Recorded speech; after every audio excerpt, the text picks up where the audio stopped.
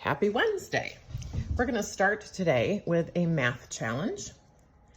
And so I'm going to ask some questions and kind of pause. And so I'm assuming in your head at home you're going to be answering, but then I will write the answers on this puzzle. So as you're looking, where would we start? We would start with equation 2. 35 divided by the ketchup bottle is 7. So 35 divided by 5 is 7. So then anywhere we see a ketchup bottle, we put in that value. And so that brings us to this fourth equation. Ketchup bottle times ketchup bottle is equal to the Swiss cheese block. So the Swiss cheese block is 25. Again, the same process. Fill in what we now know. They're telling us that these two things are equivalent.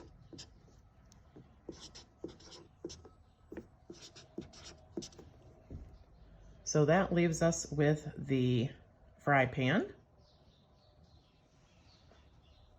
Fry pan would be 75.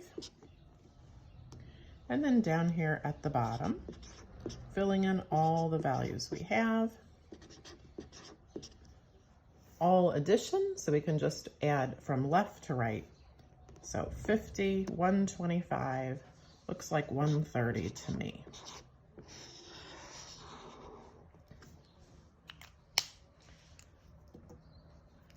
All right. Next, I am going to share my answers from the homework from Monday. So if on your Google Classroom comment, you received something from me like that said, all correct, excellent process, loved the work that you showed, something like that, then you did exactly what the expectation was, which was to show the adding or subtracting from both sides. Equations are all about balance, and they require us to do the same thing on the left-hand side as the right-hand side. So for those of you who followed those directions, that is fantastic. Thank you. If you didn't, you had some other hints provided for you in Google Classroom, and that's obviously if you had turned in this assignment yesterday. If you haven't yet turned it in, then I haven't had the chance to look at that and comment on that. The process is what we are going for. So I'm going to work through a couple more just to again show you the process with adding and subtracting. And then our mission today is to introduce multiplying and dividing equations. So again, what we look at is x plus 32 equals 71, and we keep a couple things in our head. The first is we always want the variable to be alone. No matter how complicated your equation is, you want the variable to be alone. The way we accomplish that is undoing what's in the equation or taking the inverse of it. So x is having 32 added to it. We need to undo that. And to undo that means we have to subtract 32 from both sides. Why did we do that? So x is alone. That was our reasoning behind it. Now I'm subtracting here, and I get 39.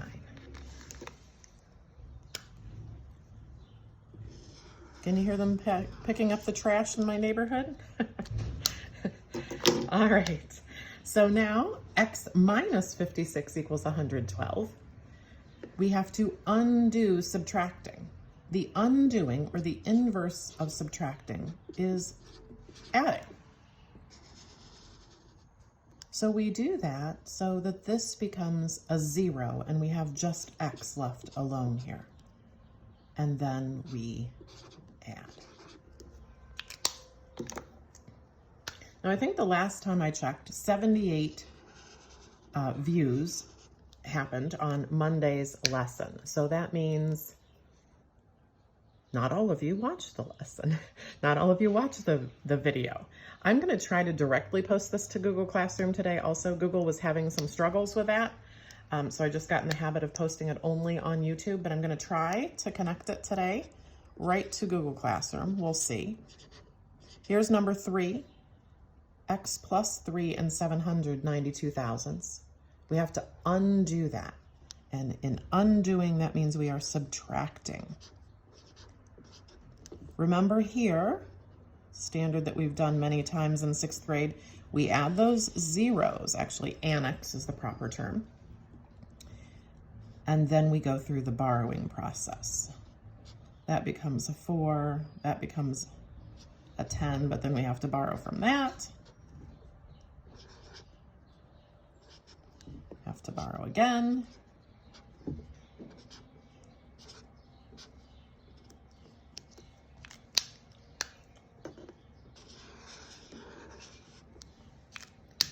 All right, and then here, x minus 3 and 2/5, we have to do the inverse of that. So we're adding 3 and 2/5. Now, some of you, if you feel like you really have this down, might want to just stop the video. Of course, I'm telling you this a little late, but stop the video, do them on your own, and you would have 4 more problems under your belt to kind of get tested on, so to speak. See if you could do them on your own.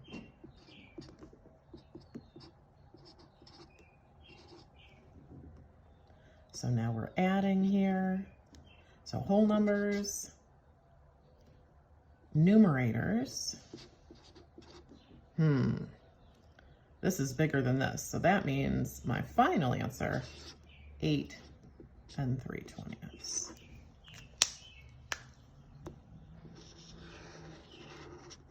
So that's a reminder for the adding and subtracting.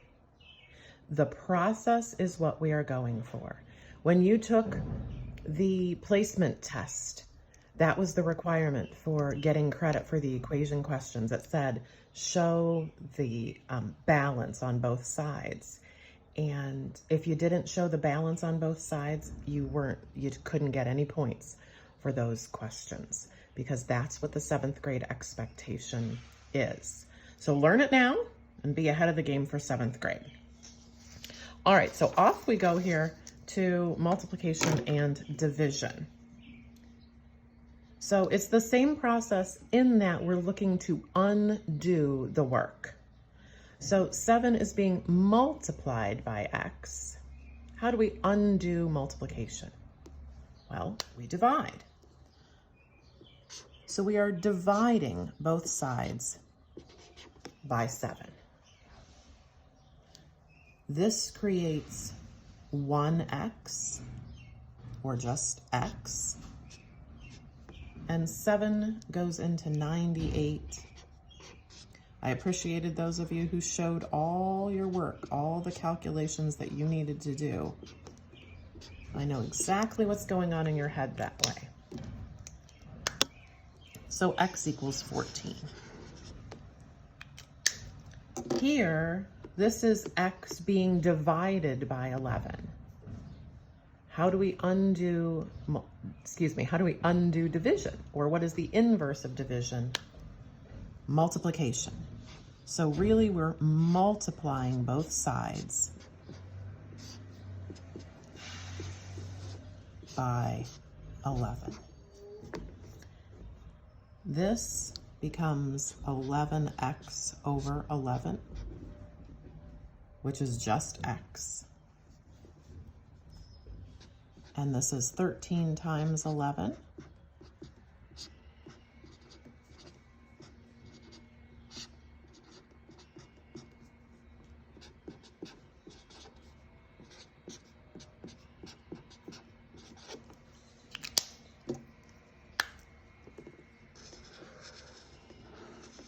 Again, these are the steps and the processes I'm interested in seeing when you submit your homework today.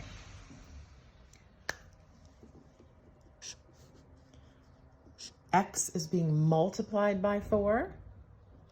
So now we're going to divide both sides by 4. Equations are all about balance.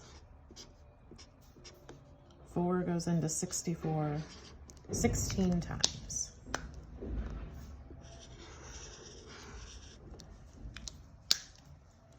x divided by 15. So here are two different ways to show division. So we're still multiplying both sides.